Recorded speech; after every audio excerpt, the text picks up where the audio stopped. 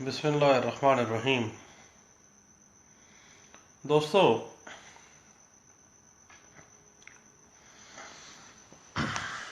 बात करना चाह रहा था 7-11 के ऊपर।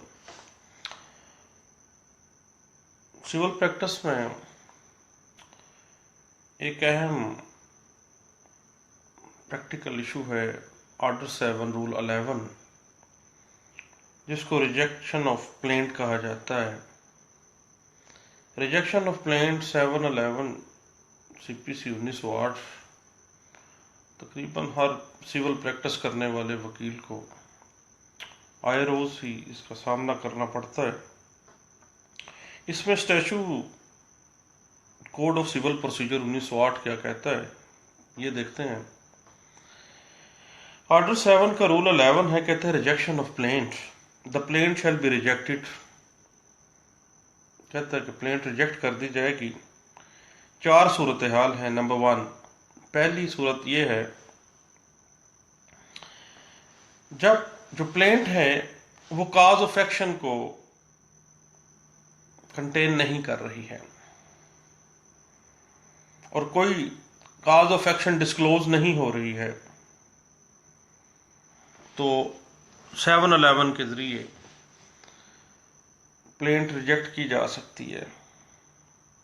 नंबर 2 ये है कि जो रिलीफ क्लेम किया जा रहा है वो अंडर वैल्यूड है। कोर्ट ने उसको करेक्शन के लिए कहा है प्लेंटिफ को, लेकिन वो उसको करेक्ट नहीं कर रहा है रिलीफ अंडर वैल्यूड होने की वजह से, और वो उसको बारहा कहा गया कि वो अपने इस करेक्शन कर ले इस वेरिएशन को, लेकिन वो नहीं किया, तो एक ख़ास मुद्दत के बाद उसको प्लेंट को रिजेक्ट किया जा सकता है। तीसरी चीज़ ये है कि प्रॉपरली कोर्ट फीस स्टैम्प नहीं की गई, तो 7-11 में प्लेंट रिजेक्ट की जा सकती है। चौथी ये है where the suit appears from the statement in the plaint to be barred by any law, यानी कानूनी कोई बार मौजूद है। ये दावा तो रेवेन्यू कोर्ट का बनता था, लेकिन वो सिविल कोर्ट में गया है। बनता दावा टैक्स कोर्ट का था, वो सिविल कोर्ट में गया है। तो इस तरह से ये 4 सूरत हाल कानून कहता है कि जब सामने आएंगी तो 7-11 के जरिए प्लेंट जो है वो रिजेक्ट कर दी जाएगी। तो इस हवाले से 2016 YLR पेश है 2448। ये अथॉरिटी काफ़ी ज़्यादा 7-11 के जो प्रिंसिपल्स हैं उनको डिस्कस कर रही है, और मुख्तलिफ क्लास वाइज मुख्तलिफ जो प्रिंसिपल्स हैं उनको इस्टेब्लिश कर रही है। उसमें अहम चीज़ ये है कि ऑर्डर 7 रूल 11 दावा जब खारिज करते वक्त ये अथॉरिटी कहती है कि जो ज़िमनात हैं अर्जी दावे के, उनको कंसिडर किया जाना चाहिए। 4 वही प्रिंसिपल, काज ऑफ एक्शन को देख लेना है, दूसरा वैल्यूएशन को देख लेना है, तीसरा कोर्ट फीस का कोई मामला है तो उसको देखना है, चौथा बार्ड बाय लॉ तो नहीं है। जो कंटेंट्स हैं प्लेंट के वो वाज़ेह कर देंगे कि 7-11 बनती है या नहीं, और ये चीज़ मद्देनज़र रखना बहुत ज़्यादा ज़रूरी है। YLR के हवाले से इमरान साहब पूछ रहे हैं, वो है 2016 YLR पेश है 2448, और इसी के ऊपर कुछ एक और अथॉरिटीज़ हैं वो भी नोट फरमा लें इमरान साहब। 2007 MLD है, पेज है 884। उसके अलावा NLR 2004 है, सिविल डाइजेस्ट, पेज है 228, और 2004 MLD पेज है 337।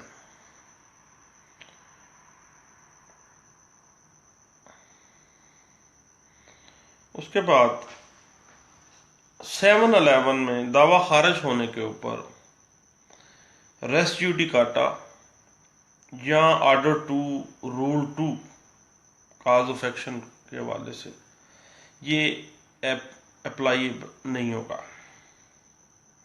ये बात डिस्कस की गई 2016 PLJ पेज है 19।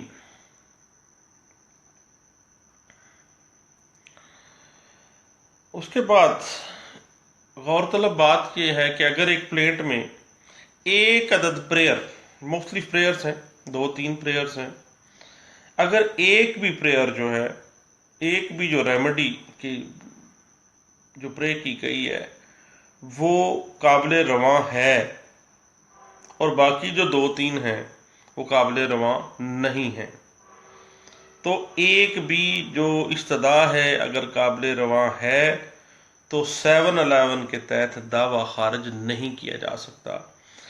ये रूल इस्टेब्लिश भी कर रही है और उसको सपोर्ट भी कर रही है 2003 MLD पेज 9 और D पेज है 9D, और उसके अलावा 2016 PLD है पेज 26 है।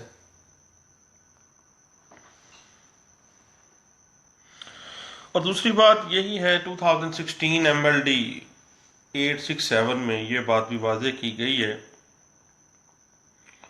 कि 711 का फैसला करते हुए अदालत को चाहिए कि वो रिटर्न स्टेटमेंट और रिटर्न स्टेटमेंट के साथ जो डॉक्यूमेंटेशन सबमिट करवाई गई हैं, जो सामने लाई गई हैं, उन दस्तावेज़ात को भी कंसिडर किया जाना चाहिए।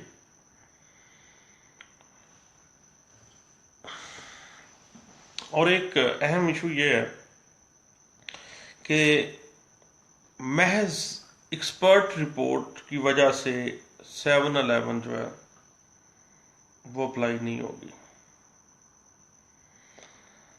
ये बात डिस्कस की गई 2016 SCMR पेज है 192।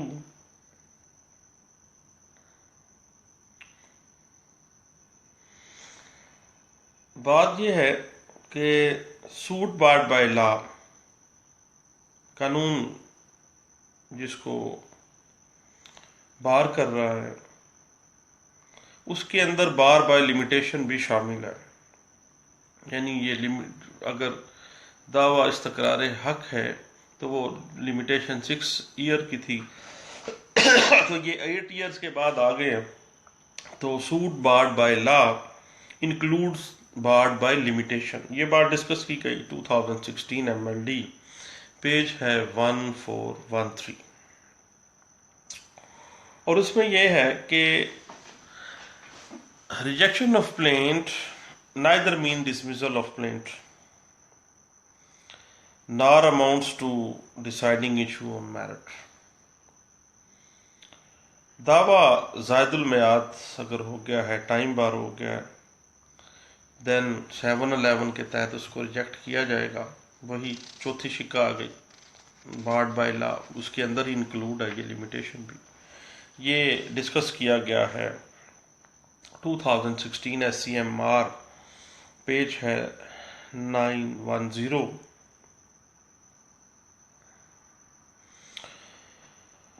और माबैन फ्रीकैन एक ही काज ऑफ एक्शन के ऊपर अगर एक दावा, पहला दावा खारिज हो गया है तो दूसरा दावा जो आ गया है उसी काज ऑफ एक्शन के ऊपर तो वो 711 में खारिज किया जाएगा। 2015 YLR पेज है 2572 इस पे इसको सपोर्ट कर रहा है।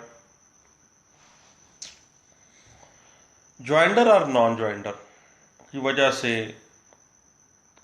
जो प्लेंट है वो 711 के तहत रिजेक्शन में नहीं जाएगी।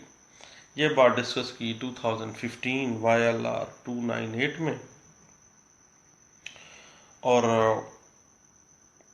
पहली बात कि अगर काज ऑफ एक्शन नहीं है तो रिजेक्शन ऑफ प्लेंट मुकम्मल फिट आ जाएगी। इस हवाले से जो सपोर्ट अथॉरिटीज़ हैं वो हैं 2015 CLC पेज है 1564 2004 CLJ पेज है 214 और 2003 MLD पेज है 1222। उसमें यह बात जहन में रखने वाली है कि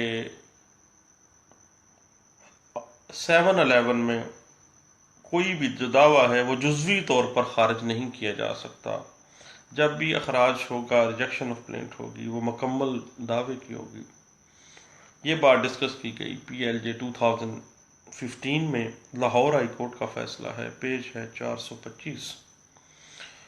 और चंद चीज़ें हैं 711 के हवाले से कि 711 के अंदर अखराज दावा के लिए सिर्फ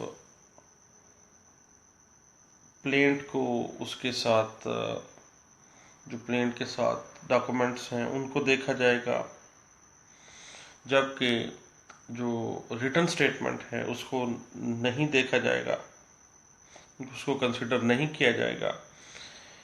जो इस मौक़िफ़ को सपोर्ट करने के लिए अथॉरिटी पेश की जा सकती है वो है 2015 CLC 1504 जनाब, 2008 SCMR पेज है 336 जनाब, और 2004 CLC पेज है 1029।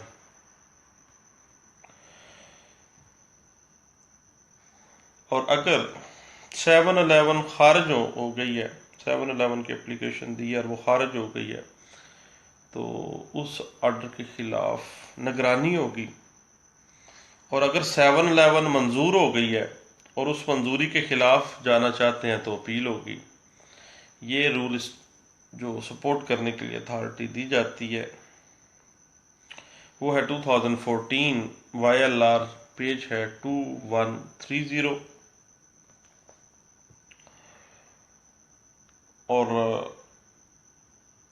2011 CLJ 329 पेज है। इस अनोखी सी अथॉरिटी है, इसमें यह वाज़ेह किया गया कि अगर पार्टीज़ के दरमियान इशू फ्रेम हो गए हैं, इश्यूज सामने आ गए हैं, उनके जो इश्यूज ऑफ कंटेंशन हैं वो सामने आ गए हैं, तो उसके बाद 711 के तहत दावे को खारिज ना किया जाए।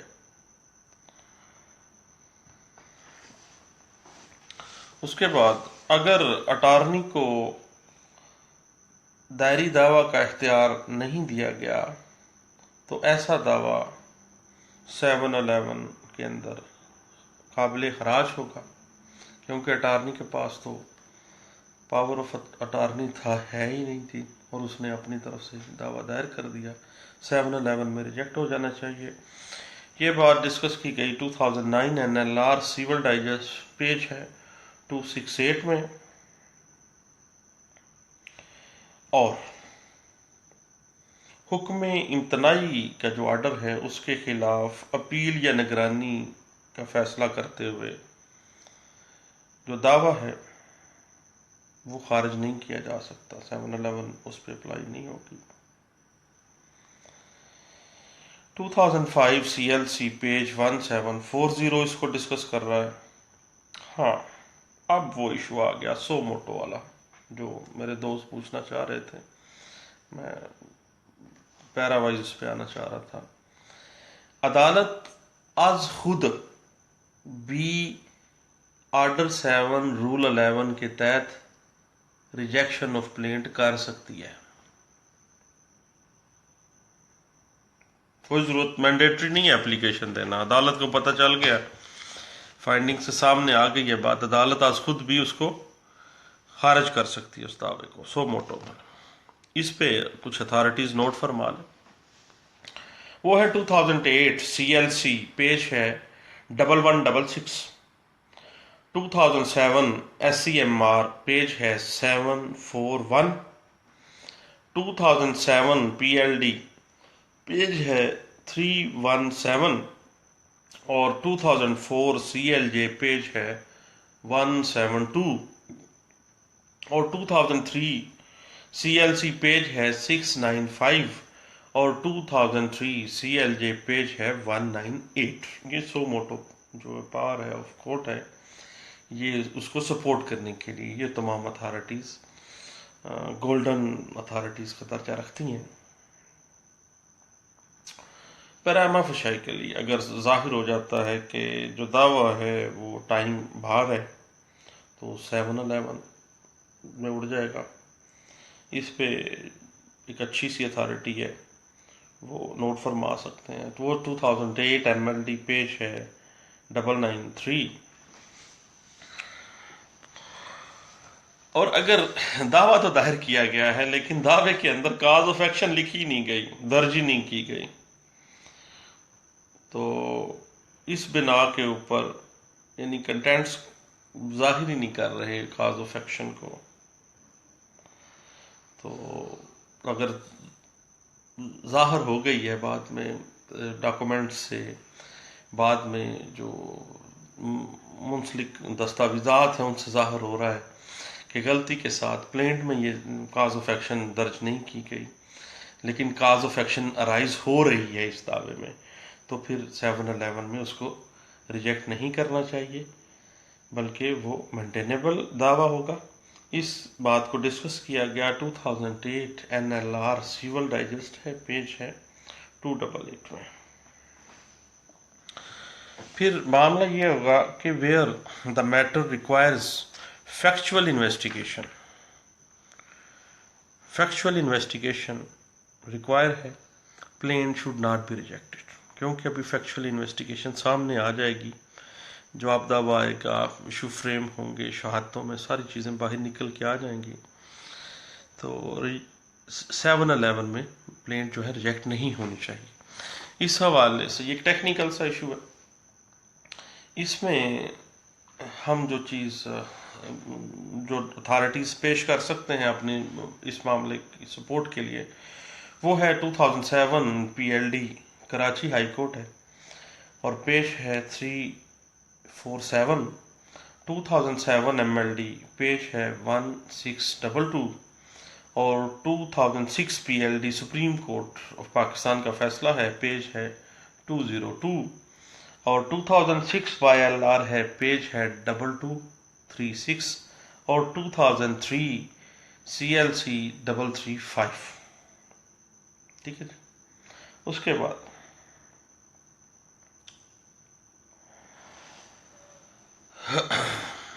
जो एपेलेट कोर्ट है वो भी 7-11 में दावा खारिज कर सकती है।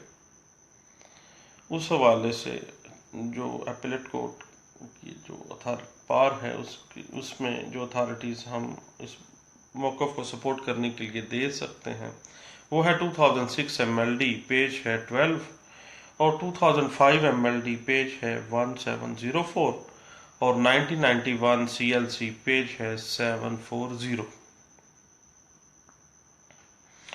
बात वही है कि अगर हुक्म इम्तनाई आर्जी की दरखास्त खारिज हो रही है, तो उस वक़्त दावा खारिज नहीं किया जाएगा। ये बात डिस्कस की गई 2005 CLC 1740, यानी एक ही वक्त में हुक्म इम्तनाई आर्जी की दरख्वास्त खारिज करना और दावा खारिज करना, इस नहीं सूटेबिलिटी नहीं बनती। इसको आला अदलिया ने रोकने की कोशिश की है और डिस्करेज किया है। 2004 MLD है, पेज है 1809 है, और किसी प्लेंट के अंदर जो सूट प्रॉपर्टी है उसकी तफसीलात बयान ना की गई हों, तो उस तफसीलात का बयान ना करना जो है वो 7-11 के तहत उस प्लेंट को रिजेक्ट करने की वजह नहीं बन सकता। ये बात डिस्कस की गई 2003 MLD पेज है 1238 में। और बाकी मामला है स्टेज का, किस मरहले के ऊपर, तो अदालत अंडर ऑर्डर 7 रूल 11 किसी भी मरहले पर दावे को खारिज कर सकती है। इसकी सपोर्ट में जो अथॉरिटीज पेश की जा सकती हैं वो है 2004 CLC पेज है 1340 और 1992 MLD है पेज है 474।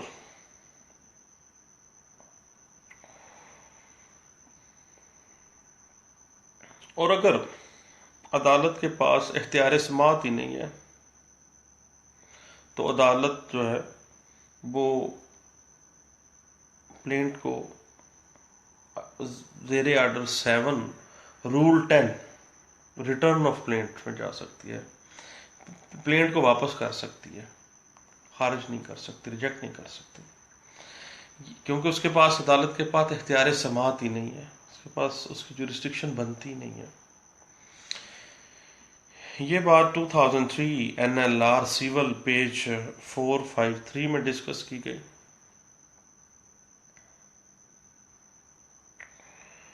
और 711 के तहत अगर दावा खारिज हो गया तो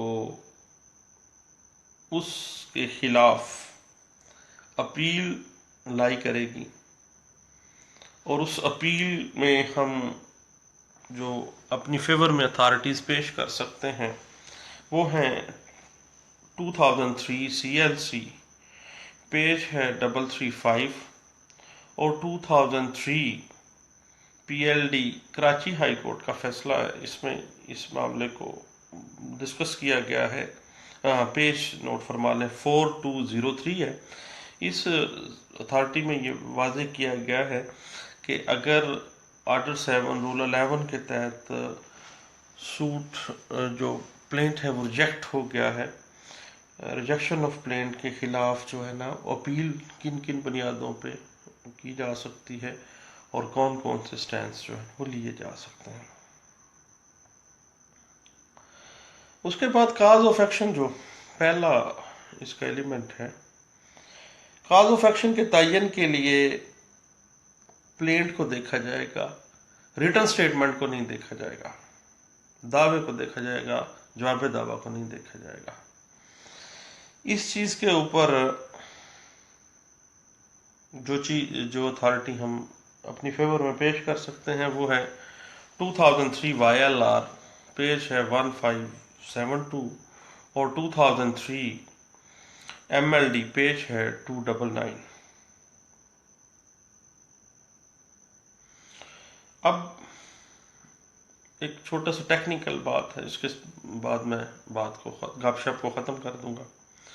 वो ये है कि अगर दरखास्त हुक्म इम्तनाई या कोई और दरखास्त ज़ेरे इल्तवा हो तो पहले 711 की एप्लीकेशन जो है उसका फैसला होगा, बाद में हुक्म इम्तनाई की दरखास्त और बाद में कोई और दरखास्त जो ज़ेरे इल्तवा है उसका फैसला होगा। पहले ये देखा जाएगा कि भाई ये प्लेंट रिजेक्शन में जा सकती है या नहीं जा सकती, सबसे पहले इसको डिसाइड किया जाएगा। इसकी फेवर में, इस स्टैंस की फेवर में जो हम दे सकते हैं अथॉरिटीज़ वो हैं 2002 SCMR है, पेज है 337 और 2000 CLC है, पेज है 1675 है। और दोस्तों मैंने काफ़ी वक्त आपका ज़ाया किया है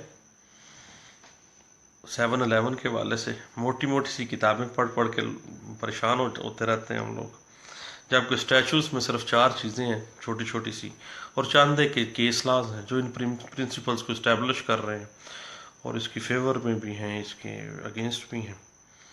तो चीदा मोटी मोटी बातें यही थी जो मैं आपसे डिस्कस करना चाहता था। अगर चीज़ें मेरी बातें अच्छी लगें दैट्स गुड, अगर ना लगें तो अनफ्रेंड करें। अल्लाह हाफिज़।